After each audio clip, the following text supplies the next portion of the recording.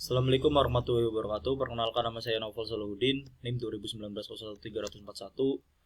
Di sini saya akan melaksanakan presentasi guna memenuhi ujian capaian pembelajaran pertama mata kuliah ilmu hayat dan ilmu bumi. Oke, akan saya langsung mulai aja. Jadi ada beberapa pertanyaan, yaitu pertanyaan pertama adalah bagaimana sih fenomena perubahan kesuburan dan populasi yang terjadi secara global? Bahkan negara dengan populasi terbesar di dunia seperti Tiongkok merubah kebijakan negara karena penurunan tingkat kelahiran penduduk. Jadi dilansir dari BBC, di antara negara-negara di dunia itu populasi 23 negara termasuk Spanyol dan Jepang diprediksi berkurang 50% pada tahun 2100. Populasi negara juga akan menua secara dramatis dengan jumlah manula yang berusia 80 tahun akan sebanyak bayi yang baru lahir. Tingkat kesuburan mengalami penurunan bukan karena berkurangnya jumlah sperma atau hal-hal lain yang biasa disinggung jika membahas fertilitas. Namun ini dipengaruhi karena lebih banyak perempuan yang teredukasi dan bekerja, ditambah dengan meluasnya akses ke kontrasepsi sehingga perempuan bisa memilih untuk tidak memiliki anak dalam jumlah yang lebih sedikit. Dari berbagai aspek, turunnya tingkat kesuburan sebenarnya adalah gambaran sebuah kesuksesan ya. Tapi mengapa sih ini menjadi sebuah masalah? Karena mungkin banyak orang berpikir ini bagus untuk lingkungan, populasi dan yang lebih kecil akan mengurangi emisi karbon dan deforestasi untuk lahan pertanian ya. Bentar.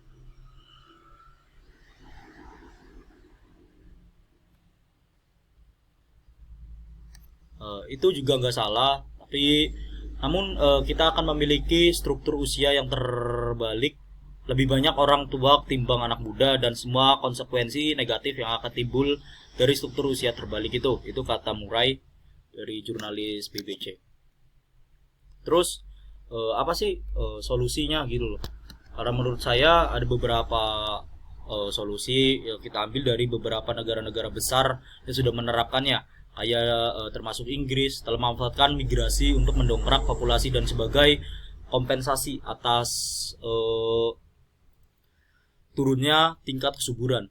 Meski demikian itu tidak akan lagi menjadi jawaban ya jika populasi di hampir setiap negara mengalami penurunan. Jadi ya tidak ada solusi yang lebih matang, tapi solusi yang terbaik untuk saat ini menurutku yaitu memanfaatkan migrasi untuk mendongkrak populasi.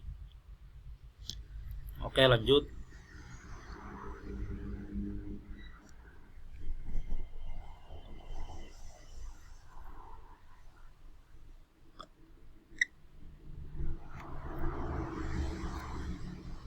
Terus pertanyaan berikutnya adalah hubungan keterkaitan antara kemiskinan dan kualitas lingkungan menurut fenomena di daerah masing-masing dan bagaimana tanggapan untuk menyelesaikannya. Karena untuk tanggapan saya sendiri, menurut saya itu hubungan keterkaitan antara kemiskinan sama kualitas lingkungan itu berketerkaitan ya.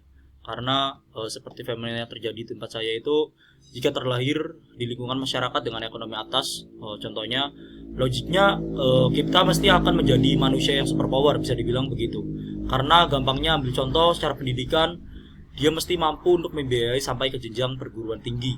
Namun sebaliknya, jika berada di lingkungan kemiskinan, itu akan sangat susah untuk mengenyam pendidikan, karena untuk besok makan apa aja mereka harus berpikir 2 kali lipat, apalagi untuk mengenyam pendidikan. Dan dari situ menurut saya keterkaitan antara kemiskinan dan kualitas lingkungan saling berhubungan.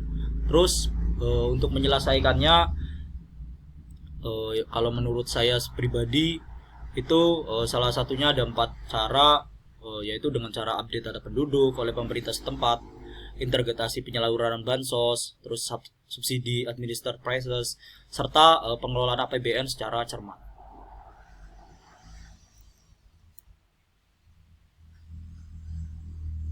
Terus pertanyaan berikutnya yaitu ada mengapa sih hewan besar dan ganas itu langka? Terus apa kaitannya dengan piramida makanan? Mengapa hewan besar dan ganas itu langka? Ada beberapa contoh, yaitu pertama, semakin besar tumbuh spesies itu akan semakin merugikan baginya. Kedua, ada berkurangnya jumlah oksigen secara masif yang berikutnya ada seleksi alam biasa yang memang harus terjadi, serta jumlah makanan yang berkurang. Dan ini yang terakhir berkaitan dengan piramida makanan, karena hewan ganas biasanya di puncak piramida makanan atau konsumen 4, di mana jika di bawahnya terusan guru, dia akan habis dan terjadilah ketidakseimbangan piramida makanan yang menjadikan hewan besar dan ganas itu langka. Oke, mungkin dari saya, presentasi dari saya cukup sekian. Mohon maaf jika ada kesalahan dalam perkataan dan kekurangan. Wassalamualaikum warahmatullahi wabarakatuh.